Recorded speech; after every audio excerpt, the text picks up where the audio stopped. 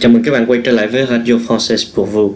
Trong số phát sóng thứ hai ngày hôm nay, chúng tôi tiếp tục mời các bạn nghe 3 mẫu tin cũng cùng nằm trong chùm tin tức về dịch cúm do virus corona gây nên. Sau đây mời các bạn nghe mẫu tin số 1. Et en France, le Premier ministre à l'isolement, justement. Jean Castex est ce qu'on appelle un cas contact, c'est-à-dire qu'il a été proche d'un malade, proche de son épouse précisément, testée positive au Covid-19. Le Premier ministre a quant à lui été testé négatif ce soir selon ses services. Il va tout de même rester en isolement durant 7 jours. Trong mẫu tin này các bạn nghe được một tên riêng, đó là Jean Castex, tức đương kim thủ tướng Pháp. Theo mẫu tin này, phu nhân của ông thủ tướng vừa có kết quả dương tính với virus corona. Về từ vựng, các bạn có một số từ vựng mới sau. Thứ nhất, un cas contact, tức trường hợp tiếp xúc gần với bệnh nhân dương tính, tương đương với khái niệm F1 trong tiếng Việt. Ông thủ tướng Pháp được xác định là một trường hợp này. Contact, các bạn chú ý chúng ta đọc là contact, tức có nói vật, là một cụm giới từ, có nghĩa là về phần ai đó, về phần cái gì đó. Les services, tức các bộ phận giúp việc cho ông thủ tướng. Tout de même là trạng từ diễn đạt mối quan hệ nhượng bộ, tương đương với pourtant. Chúng ta có thể hiểu là mặc dầu vậy. Rester en isolement hay rester en quarantaine, tức là đang trong tình trạng cách ly. Mời các bạn nghe lại mẫu tin trên một lần nữa. Et en France, le Premier ministre à l'isolement, justement. Jean Castex est ce qu'on appelle un cas contact, c'est-à-dire qu'il a été proche d'un malade, proche de son épouse précisément, testée positive au Covid-19. Le Premier ministre a quant à lui été testé négatif ce soir selon ses services. Il va tout de même rester en isolement durant 7 jours. Sau đây là mẫu tin thứ hai, xin mời các bạn lắng nghe. On est la France qui relâche justement la pression du confinement. Nouvelle étape du déconfinement ce mercredi avec la réouverture des piscines, salles de gym, bars et restaurants sans terrasse. Le télétravail est également assoupli. Trong mẫu tin này, các bạn nghe được một số từ vựng sau. Relâcher quelque chose, có nghĩa là nới lỏng cái gì đó. Relâcher la pression du confinement. Ở đây ý nói nước Pháp nới lỏng các quy định về giãn cách xã hội. Le déconfinement là từ trái nghĩa của confinement, tức việc hủy bỏ giãn cách xã hội.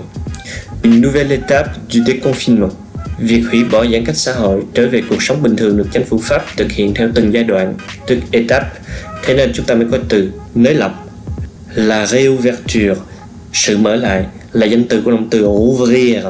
Chú ý chính tả, réouverture. Le télétravail, hay còn gọi là le travail à distance, việc làm việc từ xa. Mời các bạn nghe lại mẫu tin này một lần nữa. On est la France qui relâche justement la pression du confinement. Nouvelle étape du déconfinement ce mercredi avec la réouverture des piscines, salles de gym, bars et restaurants sans terrasse. Le télétravail est également assoupli. Sau đây là mẫu tin thứ ba. Une situation allégée en Belgique également. Cafés et restaurants peuvent désormais servir leurs clients en salle, cinéma, salles de fitness peuvent ouvrir.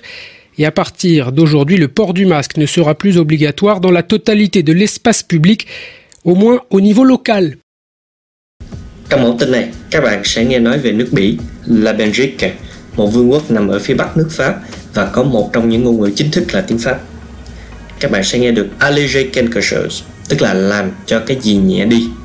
Situation allégée, quá khứ phân từ của alléger được sử dụng như tính từ, có nghĩa bị động. Như vậy, situation allégée có nghĩa là tình hình được nới lỏng. Désormais là trạng từ, có ý nghĩa từ đây về sau hay từ bây giờ. Le port, việc mang hay đeo. Đây là danh từ của động từ porter. Các bạn cần phải phân biệt với le port mang nghĩa bến cảng. Đây là hai từ đồng âm khác nghĩa. Chúng ta có le port du masque, tức việc đeo khẩu trang. La totalité là danh từ, có ý nghĩa là toàn bộ, tương đương với l'ensemble de. L'espace là danh từ giống đực, có ý nghĩa là khoảng không hoặc không gian. Chúng ta hay nói l'espace public, có nghĩa là không gian công cộng, hoặc l'espace vert, tức là mảng xanh. Mời các bạn nghe lại mẫu tin này một lần nữa. Une situation allégée en Belgique également. Cafés et restaurants peuvent désormais servir leurs clients en salle, cinéma, salles de fitness peuvent ouvrir. Et à partir d'aujourd'hui, le port du masque ne sera plus obligatoire dans la totalité de l'espace public, au moins au niveau local. Đến đây, chuyên mục Radio France pour vous số phát sóng thứ hai cũng đã kết thúc. Xin cảm ơn sự theo dõi của các bạn. Hẹn gặp lại các bạn vào số phát sóng tiếp theo của chương trình.